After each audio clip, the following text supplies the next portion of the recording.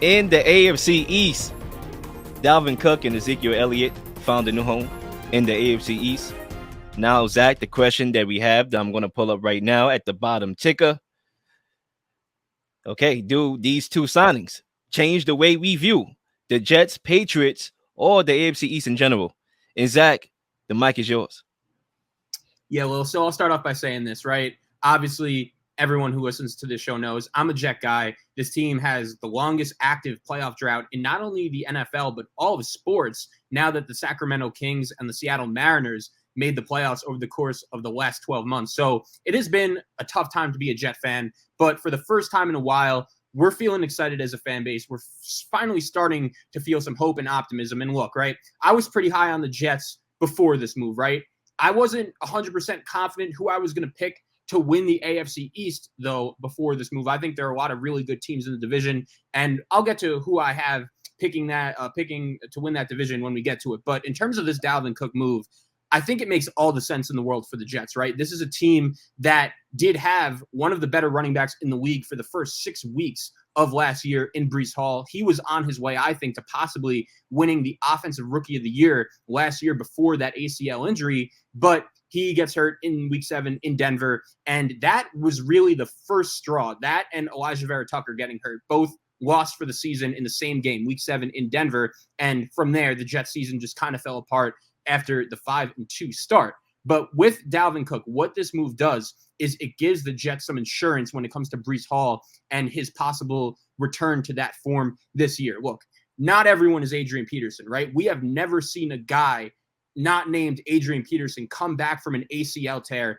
and look like his same old self. As a matter of fact, he looked better. The fact that he was able to run for 2,000 yards just 6 months after tearing his ACL is one of the most impressive things to this day I've ever seen by any athlete in the NFL. But I think this Dalvin Cook signing made a lot of sense. The Jets had some cap space cleared up due to Aaron Rodgers taking that $35 million pay cut. You got to give him credit. He is all in on winning, just like this whole Jets franchise should be, right? Like, I think part of the reason why Aaron Rodgers is so locked in and he looks so happy right now is because he, quite frankly, has everything in New York that the Green Bay Packers didn't give to him. And now the excuses are out the window. This Jet team, they have to win this year, and they're going all in. We know that Aaron Rodgers isn't going to be here for the long-term future, the next 4 or 5 years. It's going to be a 2 or 3 year window at most, and the Jets had to do everything they can to take advantage of that. So I do think the Dalvin Cook signing made a lot of sense. I have some thoughts on Zeke going to New England as well, but before I do, I'll pass the mic over to you. Yeah, definitely, Zach. I think when you look at the sports books odds, okay, they remain unfazed after these two signings, and I think that's indicative of how I feel about these two signings and how it moves the needle, right? Because I don't really think it moves the needle much to me, right? When I look at the AFC East, and you alluded to it, we are going to predict that division sooner rather than later. I have my 4 teams. Okay, I think I come to terms with my 4 teams, and this moves right here, these 2 moves doesn't really change anything, right?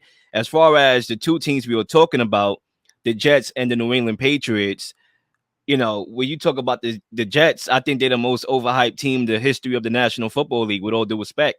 And when you talk about the Patriots, I think they're outdated. Their philosophy is outdated. Everybody is just adding talent and speed, and they're slow and just playing a different game that everybody else is playing. So I think they're lacking behind that. And signing a guy like Ezekiel Elliott does not improve that to me. Now, when you talk about the Jets and you talk about the Patriots, I do think these moves make them better, in the sense that it gives them that added depth at the running back position that they need. The days of the bell cow back is over, Zach, and we need the running backs by committee. That's the new thing now. You always have that change of pace back. And I think when you start off with the New York Jets, having a guy like Dalvin Cook, I got to call a spade a spade. He still has some pop left. I understand he's not in his prime no more, and clearly he's not, but he still has that burst. He is clearly the better back than Ezekiel Elliott right now. Zach, I think you will agree with that statement as well. I mean, you talk about last year, 53-yard touchdown run in Week 6 over Miami. He also ran 81 yards for a score. Okay, after I believe it was Week 10 against the Buffalo Bills. Those 2 teams, ironically, or AFC East teams, just for good measure there. So it's a good move, and it allows Brees Hall to get back into form. So it's a good move by the Jets, something that you could say they should have done, and they did. And when you talk about the Patriots, what Ezekiel Elliott is bringing to the Patriots is that change of pace back, that guy that is good in short yardage situations and goal line situations. And another stat that I recently saw is that he hasn't fumbled in 503 carries the last 2 years. I understand about 3 years ago he had a fumbling issue, and we have to credit Zeke for fixing that because he only fumbled 2 times from that season. He had those issues. So, you know, it brings depth. Zeke is good at pass protection, all the little intangible things. And yes, Ezekiel Elliott is not that same guy, clearly. Okay, he doesn't have that same burst, that same explosiveness that he had when he came into the league and was important to the development of Dak Prescott. But he found a way to increase his longevity by finding other ways to impact a team and the offense by doing those little intangible things, running hard. You may not be running far, but you're running hard for those 2 or 3 yards, and that's what Bill Belichick likes. I just wish that New England will try to go more faster and add more speed. You don't have a lot of wide receivers to create separation. Devontae Parker is a guy that's good with contested jump balls, but he doesn't create a lot of separation. I just wish they would have tried to get more speed to try to keep pace with the Jets, who we are talking about, to keep pace with the Bills, and to keep pace with the Dolphins on paper, that is. But that's what I can give you for my first lap go round, Zach. Yeah, so one point I want to hammer home too is I think the Jets, this was an important move for them to make as well, just for the simple point, like keep them out of Miami, keep them out of Buffalo, keep them out of New England, because we know Dalvin Cook was really flirting with every team in the AFC East, it felt like. So I think with the Jets cap space cleared up due to Rodgers taking that pay cut, this was a no-brainer for them. But I had a couple thoughts on Zeke going to New England, and I'm curious for what you have to say about this. So it's no surprise, right? Like we've seen Bill Belichick do this before, take a guy who at one point in his career was a star of stars, was a huge name in the NFL, but his value is pretty down right now. And it's pretty safe to say, like we've never seen Ezekiel Elliott's value worse than it is right now. So Belichick decided to hop on it. The issue is, though, that works, right, when you have a quarterback like Tom Brady, who you could just surround him with whoever you want, and you know you're going to win games. But when your quarterback is Mac Jones, we've seen it already with New England. Like since Brady's left, Belichick tried to fix Nelson Aguilar. He tried to fix Jonnu Smith. He even tried to fix a coach in Matt Patricia because he thought he is so good that he could turn those guys around. And that has blown up in their face. And my thing with the Patriots is I actually give Robert Kraft a lot of credit because if I was in his shoes, right, it would be very easy for me to look at this situation and to experience everything that he has as the Patriots owner. 6 Super Bowl rings. That's more than any franchise. It would have been easy for Robert Kraft to just sit back and say, you know what, we could go 9-8 every year. That's fine with me. Bill Belichick is arguably the greatest coach of all time. I'm not going to do anything. Like, I'm just going to sit back and relax. But Robert Kraft has said multiple times to the media that he expects the Patriots to win this year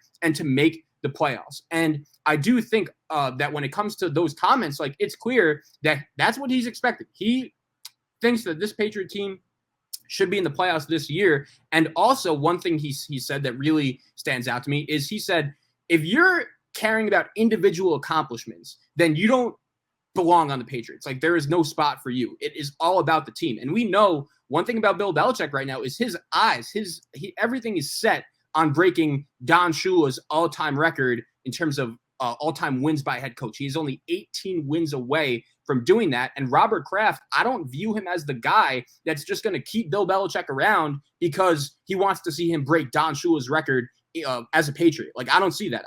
There's a reason why when we did our hot seat segment a few weeks ago that I put Bill Belichick on there, because I think Robert Kraft expects this team to be in the playoffs this year. And the issue is when you look at their roster, when you look at their personnel, even after this signing, Zeke, that's not a realistic option right now. So I think the Patriots are in some trouble. And I think the further we go, the worse the situation between Belichick and Kraft could get.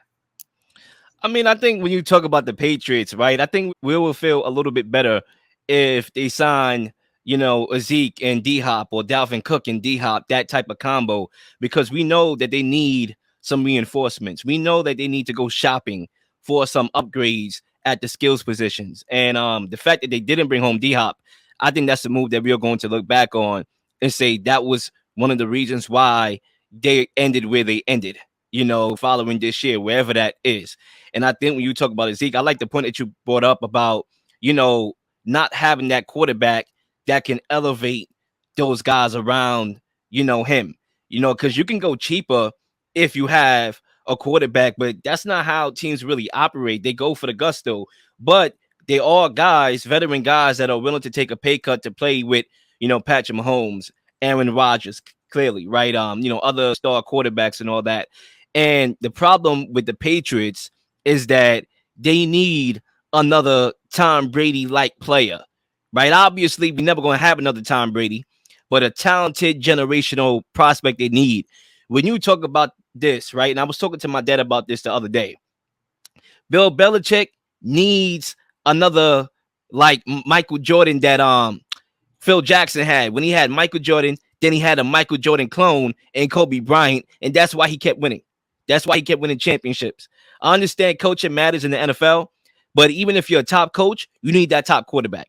Andy Reid, yes, we understand he was a Hall of Famer, right? But I think he was closer to retirement than when he got Patrick Mahomes. Now he's probably going to retire when he feels like it, when the guy can't walk to the stadium no more or drive no more, okay, and have a nurse's aide. That's when he's going to retire. So, it's the same thing with Pop. He got Victor Wembanyama. Who knows if he can be groomed into that superstar in the NBA, then he can keep him doing what he do. But Bill Belichick needs another star. He needs a Justin Herbert. He needs the great quarterbacks in the league. Deshaun Watson. I'm just naming names, right? I'm not saying that it's going to happen. I'm just naming the caliber of player that he needs at the quarterback position. And until he get that guy, the Patriots are always going to be mediocre. And Ezekiel Elliott, yes, it show up the backfield and it gives a change of pace back to a guy like Ramondre Stevenson, who's a 1,000-yard rusher, but they're going to float between the levels of mediocrity because the standard is now different. We don't expect the Patriots to win Super Bowls anymore, but we are trying to expect them to make the playoffs, and we got to see if they did enough to be able to accomplish that.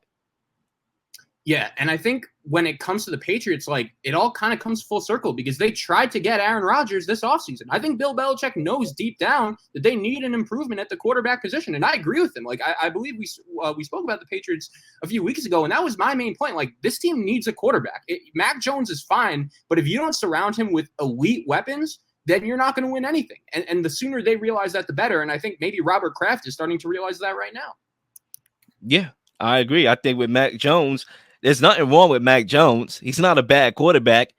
I consider him to be a good quarterback, a decent quarterback, but decency at the quarterback position, you need a stacked roster around that type of guy, because he can't really elevate, the roster because he doesn't have the mobile ways of getting out of the pocket and creating outside the structure of the daggone football play. And I think when you talk about how you look at these receiving guys, and Juju was a solid wide receiver. He's not a number one, though. There's not a lot of guys that really can create that separation. And you don't have a quarterback that can create separation from the pocket. The guy might be slower than Tom Brady, with all due respect. So what do you do then? You know what I'm saying? Because now you don't have the opportunity to allow these wide receivers to reroute because they really can't create separation, and he's not mobile. So, the Patriots got to step their game up. They got to modernize their way of thinking. And Zeke, while it's not a bad pickup, I mean, you could have went Kareem Hunt there. I thought. I think he still got a little something. I think he declined too, but he got a little bit more something to me. Okay, you could have went Kareem Hunt there. You could have went Dalvin Cook. Leonard Fournette, Zeke, you could win either way, but probably I might go Lenny there. I don't know how you feel about that, Zach. I might go Lenny over Zeke. I don't know how you feel about that. I think just from a pure fit perspective, like, Zeke does fit the Patriots because they do have Stevenson. Like, I still think he's still going to be the primary back that gets most of the carries. Zeke is going to get some goal line work, but, like, honestly, man, I just think Belichick loves Zeke's ability as a blocker. Like, he's one of the best blocking running backs in the league, and that's something, especially for a second running back, every coach likes. I'll end on a few thoughts, though. Number one, I think next year when we look at the Patriots, this franchise and the guys leading the franchise, it's going to be totally different next year. So I see this ending one of two ways.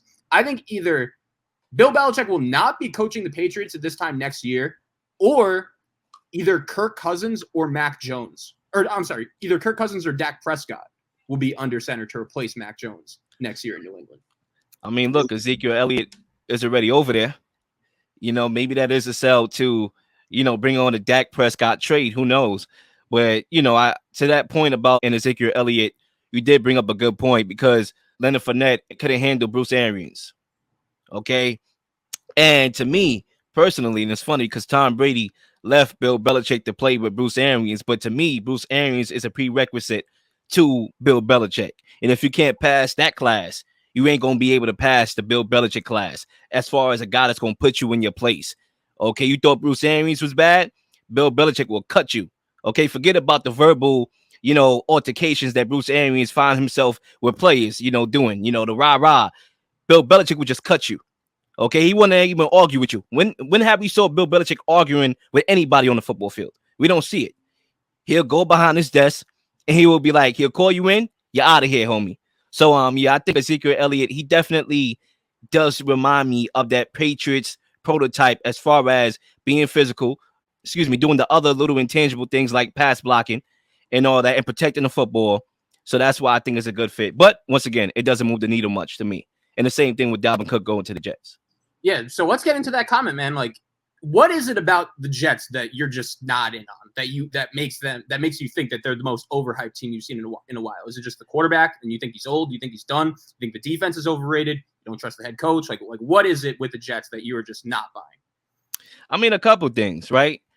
I'm gonna start off with I could take it or leave it take before I get to the football aspect of everything. So with the Buccaneers and the Rams, what they did, obviously the Jets are trying to copy that blueprint of, okay, we got the pieces, we got the wide receivers, we got the defense, we just need the quarterback play and we can go. And the Buccaneers was able to do that with Tom Brady successfully. The Rams was able to do that with Matthew Stafford successfully. Year one, didn't take more than a year. But the Jets situation is different primarily because of their offensive line. Their offensive line scares the hell out of me. Why? Because you have a guy in Aaron Rodgers who's 39 years old going on 40. You ask, well, probably you don't have to ask him, but you ask a football fan or a football guy like myself, what is the most important thing? Because you go to everybody and ask them why the Jets are going to win a championship this year. They're going to tell you the same thing, right? They had the team already. They had the wide receiver and Garrett Wilson. They had the defense, the top two corners, right? And Aaron Rodgers is coming there. They just signed Dalvin Cook. All right, they should go to a Super Bowl. The NFL don't work like that. How's your offensive line looking? And when you look at the teams that won Super Bowls, I'm talking about the last 7-8 years, the worst offensive line was the Tampa Bay Buccaneers in 2020, and they were ranked 14th in pass blocking. So you have to have a top 10, maybe you can get away with a top 15 offensive line to at least be in that category of Super Bowl contentionship. And when you talk about a guy like Aaron Rodgers and how old he is, I mean, 39 is that threshold that these quarterbacks start to decline. They're not as mobile. They get injured faster. And when you look at the line, you have to rely on guys like Mekhi Becton to find that consistency. We have a lot of young guys on that line. And I'm not sure if they went first round drafting a lineman. So they didn't really tackle that position in the draft, which is something that you should do in the first round is get your linemen, build your team from the inside out. And the line is really what scared me, and that's why I'm not high on Aaron Rodgers. It's really self-explanatory as that, because a line is literally the second most important thing you can have outside of the quarterback position to me. Yeah, so I think when you look at the offensive line, that is definitely my number one concern with this team as well. There are a ton of question marks, but I do think, one, even though there are a ton of question marks, there are some possible solutions. We just don't know what exactly the answers are yet, right? Like you look at Mekhi Becton, he's a former first-round pick. You'll get Dwayne Brown. He's played a lot of football in his career. We drafted a center/guard in the second round, Tippmann from Wisconsin, who's been playing really well in camp. I hope eventually he gets a chance to play some big-time snaps this year. So I understand. I do think that's a concern. But I do think that it is hard for the offensive line for the Jets to be worse than last year, because last year the injuries were just awful. I mentioned it. Elijah Vera Tucker, he's going to be back. He's probably the best overall football player for this team. He could play basically any position on that line. We didn't have him for the last, 10 weeks of last year. That was a huge loss. And Aaron Rodgers, he's able to get rid of the ball very quickly. So even though I do think the offensive line is a concern, I do think hopefully by the time we get to week 5, week 6, that offensive line will be patched up a little bit better. And I'm not going to lie, dude, like I look at the talent on this team from the quarterback to the new running back room. Like, is there a better 1-2 running back punch in the NFL right now than Dalvin Cook and Breece Hall? I don't think there is. I think Garrett Wilson's going to break out at wide receiver this year and become one of the best in the game. I think the defense is still going to be really good. Hopefully they'll force a little bit more turnovers. I think they will. That's a variant stat considering they didn't force a lot of them last year. Usually if you're a good defense, the law of averages turns their way around. I'm not saying championship or anything definitively. Like, yeah, those might be a little bit too high of expectations for a team that hasn't made the playoffs in over a decade. But I do think that there is a lot of legit reason for optimism when it comes to this New York Jet team, and especially for a team that did start off 5-2 last year, that showed flashes of really good football throughout last year. It was just apparent that they need a quarterback. And even if you think Aaron Rodgers is old, even if you think that he's not the same guy that we saw in the peak of his powers during his time in Green Bay, there is no doubt that he is still just a massive upgrade over anything this Jet team had last year. And I do think at the end of the day, they're going to be right in the thick of things in the AFC. I mean, that's one way of looking at things. I mean, obviously, Jets, I hate to cut it to you like this, but there was never a lot of media, how can I say, a lot of optimism when you talk about the Jets, outside of the 1 year or the 2 years that they made the playoffs with Mark Sanchez. Let's be real here. And then the butt fumble cursed them. It never was the same after the butt fumble. And I get all that. So obviously, as a fan, I would do the same thing, because I did the same thing when Tom Brady went to the Buccaneers. I looked at everything from the Buccaneers perspective. I wasn't looking around the Buccaneers. Oh, I got to go up against Drew Brees. And we almost literally didn't make it in time. The chemistry that was formed, was literally at the nick of time. That bye literally came and saved us. After that bye, we won 3 games. We barely got into the playoffs, and we went on the Super Bowl run. We had to go the hard way, wild card, and make the Super Bowl when it did. So we got lucky. So I wasn't looking at, all right, who's around the Buccaneers. I was just looking at the Buccaneers. When you talk about the Jets, what's around them?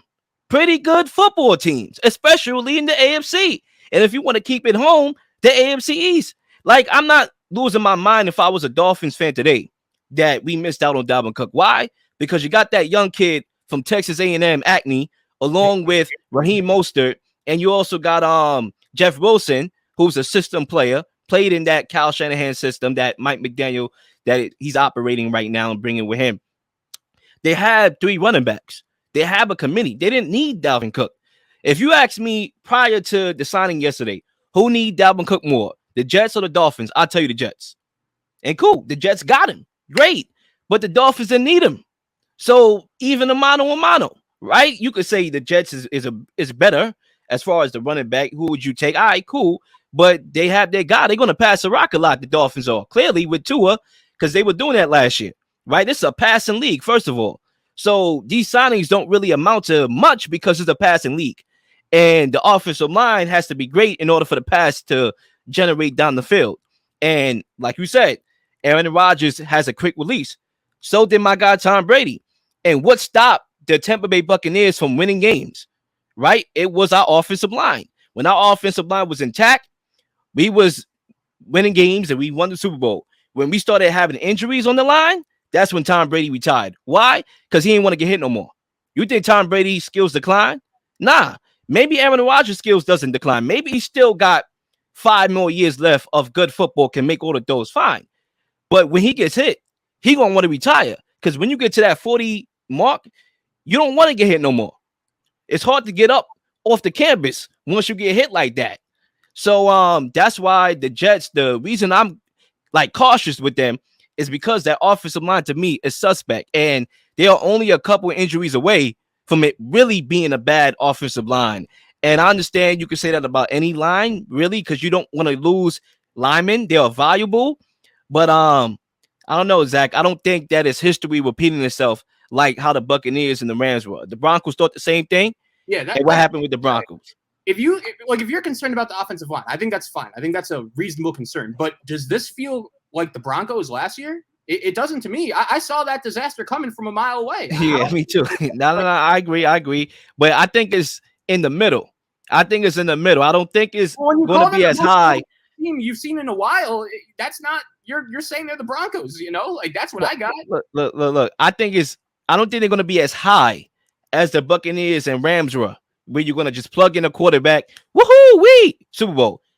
The league is more competitive than it was just 2 years ago. To me, you ask me, a guy that's been watching football long, and I know you've been watching football long as well.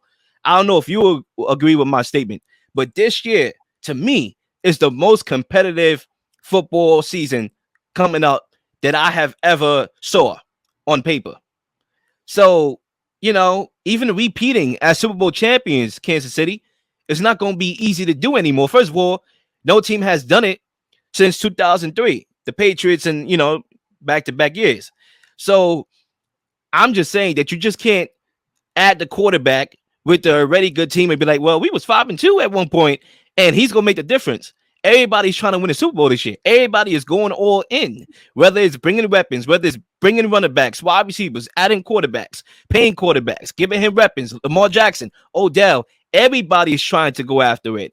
And that's why the league is as a competitive league as any other sport right now, because everybody's trying to go after that. But when you talk about in-house and you look at the Jets, the main thing for me is that offensive line.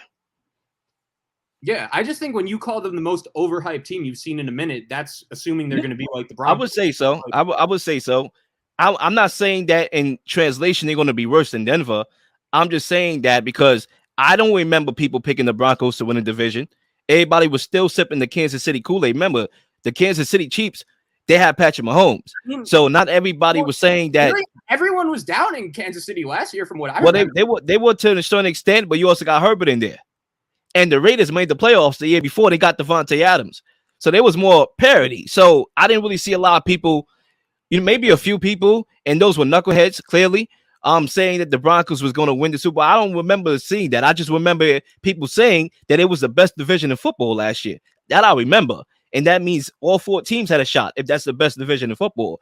I don't remember a lot of people, because I'm a Tom Brady fan. I know the guys I debated, you included, that thought that the Buccaneers was going to win a Super Bowl with Tom Brady. Now, me living in this present day, I'm seeing a lot of people saying that the Jets is going to win a championship, or maybe it's the Jets fans that's, crowding here, but that's really unrealistic.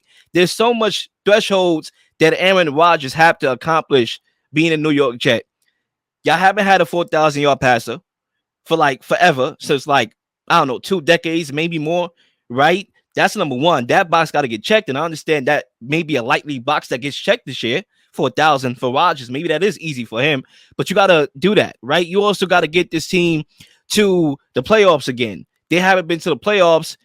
I forgot the years, Zach. Maybe you know that off the top of your head, but they haven't been to the playoffs in a minute to me. 2010, over a decade. So that's box number 2. And we skipping all these boxes talking about Super Bowl. Like, no.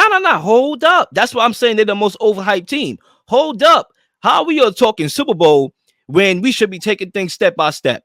That's why I'm saying they're the most overhyped team, because they have these crazy expectations overnight that I think gradually they're going to need to check every box before they get to that point.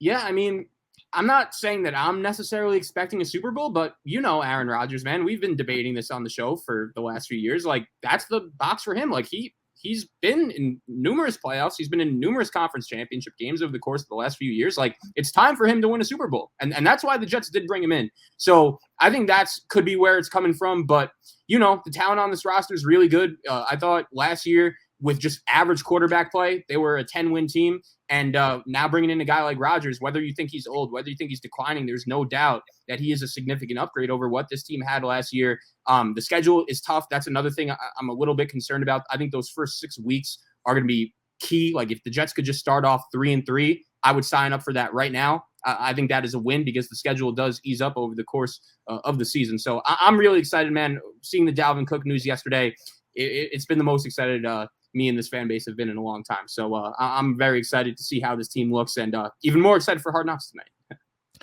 Now, definitely. I think these two signings, just to put a bow on this topic, it does make the Jets and Patriots, how can I say, more respectable. It doesn't really move the needle to me. I think when you're the Jets, Aaron Rodgers makes you better. And that's where I leave it. And that's where I differ from a lot of people. A lot of people think of Super Bowl.